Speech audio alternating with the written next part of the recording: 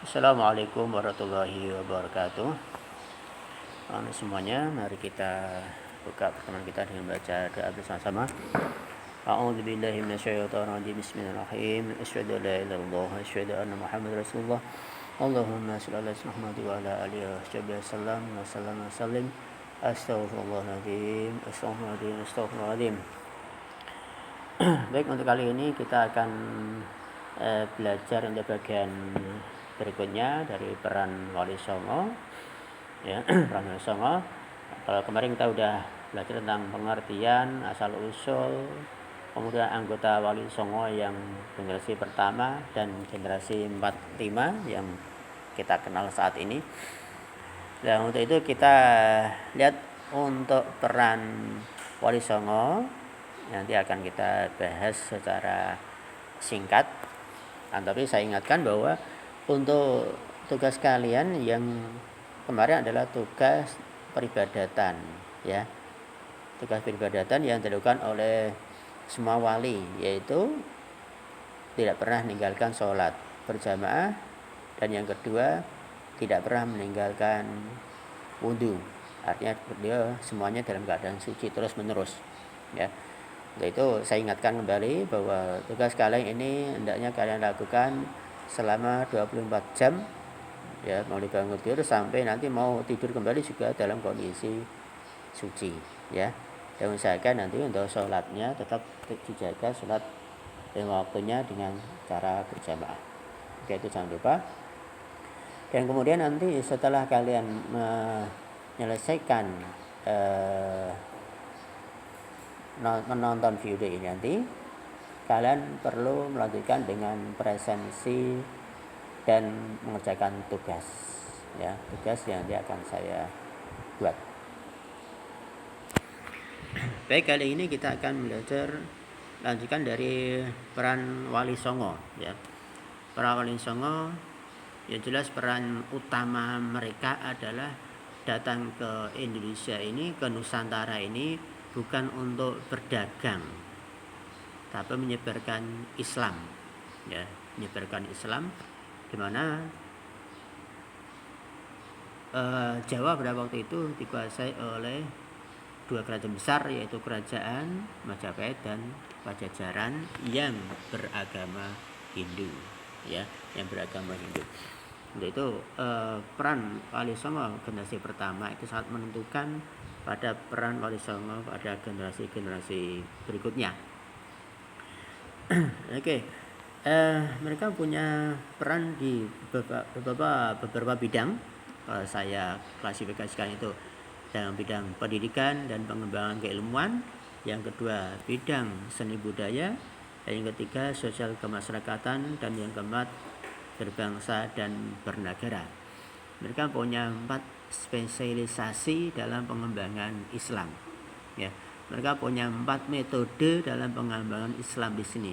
Jadi tidak ada metode dan cara memaksa Islam yang ada di tanah Jawa. Islam dipeluk dengan cara 4 hal ini tadi, ya. Mendidik masyarakat, ya, dan keilmuan berbagai keilmuan, kemudian memasukkan Islam dengan seni dan budaya, memasukkan Islam dengan cara halus, yaitu dengan cara kemasyarakatan, sosial kemasyarakatan.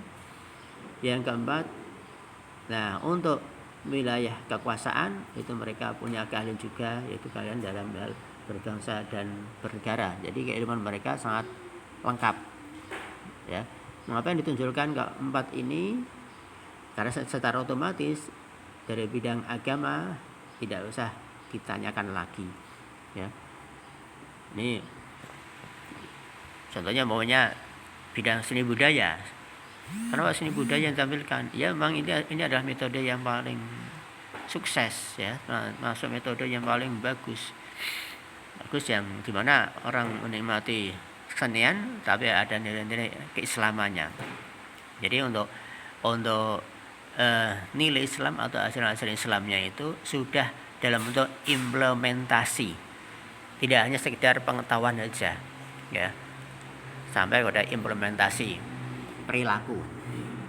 Baik, kita mulai dari bagian yang pertama, yaitu bidang pendidikan. Siapa yang paling menonjol dalam bidang pendidikan ini? Yang ditulis hanyalah yang menonjol aja. Yang lainnya semuanya mendidik. Semua wali itu mendidik Islam. Cuma kita hanya tampilkan 4 wali aja, ya. Siapa mereka? Sunan Gresik. Nah, Sunan Gresik ini yang mendirikan pesantren yang pertama kali di daerah Gapura, Gresik, ya. Syekh Maulana Malik Ibrahim, ya. Kemudian ada lagi Sunan Ampel yang juga mendirikan pesantren di Ampel Denta, Surabaya. Kemudian Sunan Bonang juga mendirikan selain mengembangkan Islam di Bonang, beliau juga mengembangkan pusat saya ajaran Bhairawa Tantra. Nah, perlu kita ketahui bahwa ajaran Bhairawa Tantra ini bukan ajaran Islam, tapi ini adalah ajaran Hindu Buddha. Bhairawa Tantra ini kalau dalam bahasa Sanskertanya ini adalah ajaran di mana ada satu ritual yang mereka lakukan itu untuk mencapai satu kesatuan antara makhluk dan penciptanya. Ya, itu Bhairawa Tantra. Ini sangat mengerikan ajaran ini. Nah, ini ada di pusatnya ada di timur Sungai Berantas. Ya, ada di Sungai Berantas. Ya, kemudian karena beliau Sunan Bonang ini melihat ada kesesatan yang luar biasa di sana menurut versi Islam, ya. Kemudian beliau datang ke sana, ya. Datang ke sana, tetapi beliau menetap di sebelah barat Sungai Berantas. Jadi sebelah timurnya itu dipakai untuk pusat ajaran Bhairawa Tantra versi Hindu. Nah, kemudian Raja Sunan Bonang membuat kegiatan yang hampir sama Bhairawa Tantra, hampir sama. Yaitu di sebelah baratnya Sungai Berantas. Apa ajarannya? Ajarannya adalah ajaran yang kita kenal saat ini. Kalau Bhairawa Tantra itu mereka berkumpul, kemudian mengadakan persembahan besar-besaran kepada dewa mereka, terutama dewa Siwa, ya, besar-besaran ke sana. Nah, kemudian di saat yang sama, ini kecanggihan dari Kanjeng Sunan Bonang, beliau mengumpulkan orang-orang yang berada di sebelah barat Sungai Berantas untuk kenduran. Nah, untuk kenduran. Kanduri itu dia biasa versi artinya makan-makan, acara makan-makan. Ya. Acara kendura itu maksudnya memang adalah acara untuk mengumpulkan warga, ya. Setelah mereka berkumpul melingkar, ya, kemudian ajaran-ajaran Islam disampaikan, ada baca ayat Al-Quran, ada tahlil, ada istighfar dan macam-macam, ada sholawat. Nah, setelah dibacakan itu baru kemudian mereka makan bersama. Dan ini adalah cara Kanjeng Sunan Bonang untuk mengambil simpati masyarakat yang ada di sana sekitar Sungai Berantas itu untuk simpati kepada Islam. Dan ternyata ini adalah menarik perhatian mereka, masyarakat yang ada di sebelah barat Sungai Berantas, ya. Kemudian meluas sampai ke wilayah timur Sungai Berantas. Nah, sedikit demi sedikit ajaran Bhairawa Tantra yang menjadi ajaran Hindu itu, Hindu Buddha, kemudian bisa terkikis, ya, terkikis. Mungkin dari kegiatannya hampir sama, cuma isinya yang kemudian berbeda, dibuat versi Islam, ya, versi Islam. Itu kenduren atau kondangan yang kita kenal saat ini. Itu sedikit tentang Bhairawa Tantra. Jadi jangan sampai nanti kita salah mengartikan, karena dalam buku itu tertulis Kanjeng Sunan Bonang itu mendirikan pusat ajaran Bhairawa Tantra. Jangan sampai salah paham dengan tulisan yang ada dalam buku ini. Maksudnya Bhairawa Tantra ini adalah kenduren, ya, kenduren, bukan Bhairawa Tantra yang dimasukkan oleh ajaran Hindu. Kemudian ada Kanjeng Sunan Kudus. Ya, Sunan Kudus itu dapat julukan waliul ilmi, orang yang sangat kuat keilmuannya. Ya, beliau menguasai sekian banyak ilmu, ya, sekian banyak ilmu seperti ilmu fikih, usul fikih, ilmu tauhid, hadis, tafsir, dan logika atau ilmu mantek. Ya, ini luar biasa. Beliau sangat dikenal sampai ada gelar waliul ilmi, karena kemampuan beliau dalam menguasai sekian banyak ilmu agama. Oke. Termasuk beliau juga panglima perang pada waktu itu. Jadi beliau punya keahlian dalam bidang taktik berpolitik, ya. Selanjutnya kita akan bicarakan tentang peran yang kedua, yaitu peran seni budaya. Dalam seni budaya ini ada salah satu metode penyebaran Islam yang saya anggap luar biasa, betul-betul luar biasa. Kebanyakan para wali songo itu kan berasal dari luar negeri. Kebanyakan mereka dari luar negeri, itu keturunan dari Yaman kebanyakan, ya. Ada yang juga dari beberapa dari mereka itu dari Hadramaut.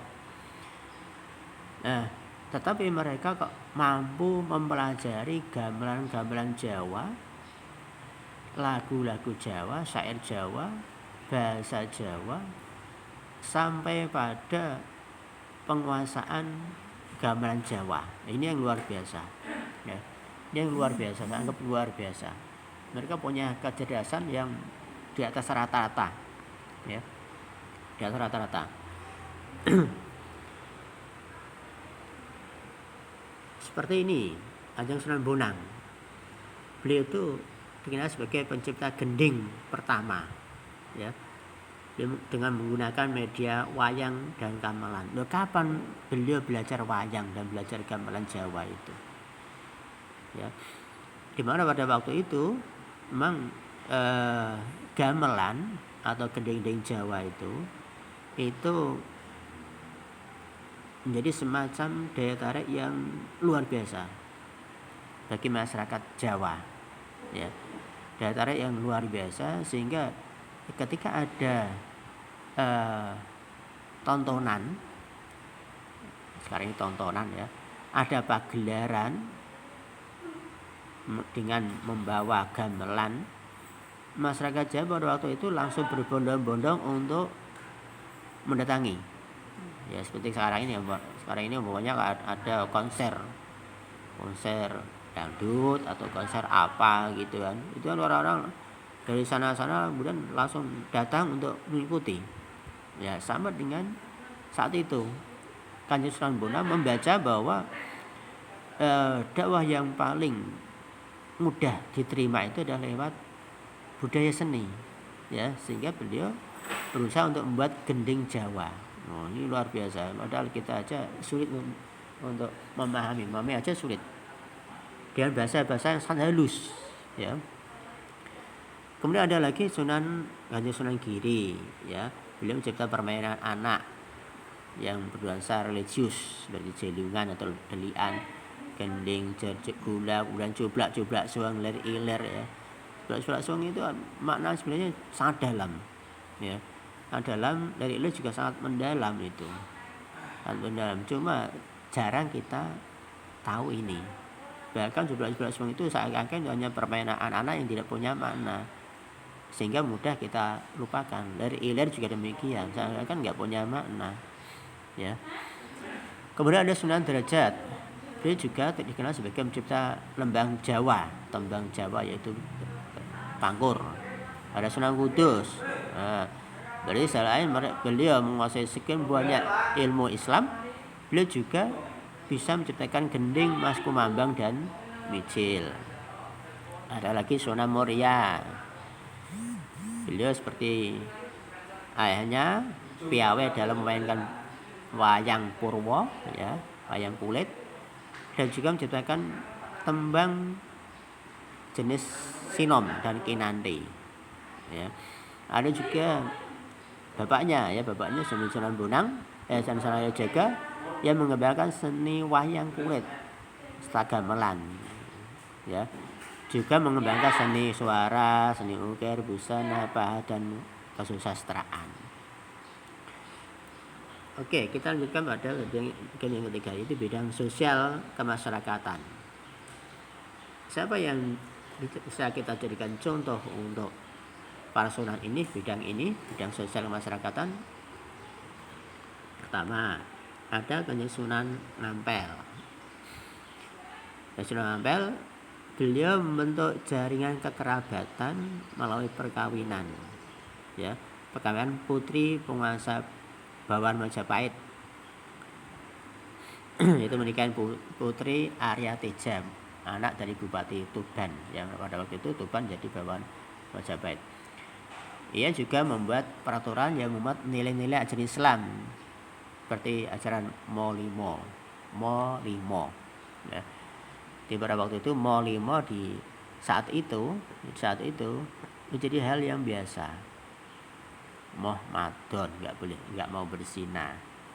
Ada lagi moh minum, nggak mau mabuk. Ada moh madat, nggak mau menghisap candu. Moh maling, ya, nggak mau mengambil harta orang lain, ya. Itu Molimo, ya, pada waktu itu memang menjadi pusat segala kerusakan yang ada di wilayah tersebut, ya. Awal mula orang rusak itu biasanya terutama dari minum itu. Awal mula kerusakan masyarakat itu dari minuman keras, ya, atau menghisap candu, itu sehingga orang kemudian mabuk. Itu beliau ajarkan ke masyarakat, jangan lakukan itu. Ketika masyarakat sudah mulai percaya dengan ajaran Molimo ini, beliau akan lebih mudah untuk masukkan Islam. Dan Molimo juga bagian dari ajaran Islam. Masyarakat makin sadar, makin paham bahwa Molimo itu kalau dilakukan akan jadi pusat keresahan masyarakat. Kita lanjut. Ada Sunan Derajat. Ya, Sunan Derajat itu adalah sosok yang punya kepedulian yang sangat tinggi terhadap para fakir miskin. Nah, ini fakir miskin. Ini juga ajaran Islam. Kelihatannya ajaran kemasyarakatan, tapi ini ajaran Islam. Di mana Islam memerintahkan kita untuk menyantuni anak fakir, orang fakir, orang miskin, anak yatim, piatu, ya. Bahkan jika ada orang kaya, di sebelahnya ada orang sangat miskin atau fakir yang tidak bisa makan dan dia nggak punya pedulian, itu bisa menjadi penghambat dia untuk masuk surga. Ya, ini adalah ajaran implementasi dari ajaran Islam, ya. Tidak hanya diucapkan tapi dilakukan, dan inilah yang termasuk salah satu daya tarik dari Sunan Derajat. Orang-orang miskin yang kastanya kasta rendah itu, masyarakat kasta rendah, rata-rata kasta rendah, itu akan berbondong-bondong mengikuti beliau, ya, karena beliau punya aksi yang sangat simpatik, ya, sangat sayang pada fakir miskin, anak yatim piatu, itu sangat beliau sayangi, sehingga ini menjadi daya tarik yang luar biasa. Siapapun orangnya, agama apapun, ketika ajaran kepedulian ini diterapkan, pasti akan mendapatkan rasa simpatik dari masyarakat, pasti. Kemudian ada Sunan Kudus. Dalam dakwah beliau juga mengajarkan membuat alat-alat kebutuhan rumah tangga. Ini luar biasa ini. Panglima perang, waliul ilmi, pandai dalam membuat gending Jawa, dalam bidang pendidikan oke, dalam bidang atau keilmuan, bidang seni budaya oke, kemudian dalam bidang kemasyarakatan ini juga luar biasa, ya, luar biasa. Bahkan dalam bidang berbangsa bernegara beliau juga luar biasa, karena beliau termasuk salah satu panglima perang dari kerajaan Demak. Ya, luar biasa juga, ya. Yang Kudus ini sampai mampu membuat alat kebutuhan rumah tangga, tukang, kemudian kerajaan emas, membuat besi, pandai besi, serta membuat pusaka. Nah, ini Kanjeng Sunan Kudus ini. Dan yang terakhir adalah dalam bidang berbangsa dan bernegara. Siapa saja yang bisa kita jadikan contoh dalam bidang ini? Ada Kanjeng Sunan Ngampel. Ya, saat itu beliau jadi wali tertua, wali senior saat berdirinya kerajaan Demak. Beliau yang paling senior. Beliau yang merancang berdirinya kerajaan Demak dengan sultan pertama, yaitu Sultan Fatah, ya. Beliau kemudian juga menjadi penasihat, ya, di Demak. Selain beliau sendiri sebelumnya juga menjadi Bupati Pengasuh Surabaya untuk menggantikan Arya Lembusura. Dan yang kedua ada Sunan Kalijaga, ya, beliau yang punya pendidikan tinggi sebagai penasihat utama Sultan Demak. Dan yang terakhir ada Sunan Gunung Jati, ya, yang punya kedudukan sangat tinggi dalam kerajaan Cirebon. Oke, demikian pembelajaran kita pada pagi hari ini, semoga bermanfaat. Kita tutup membaca alhamdulillah sama-sama. Alhamdulillahirabbil alamin. Assalamualaikum warahmatullahi wabarakatuh.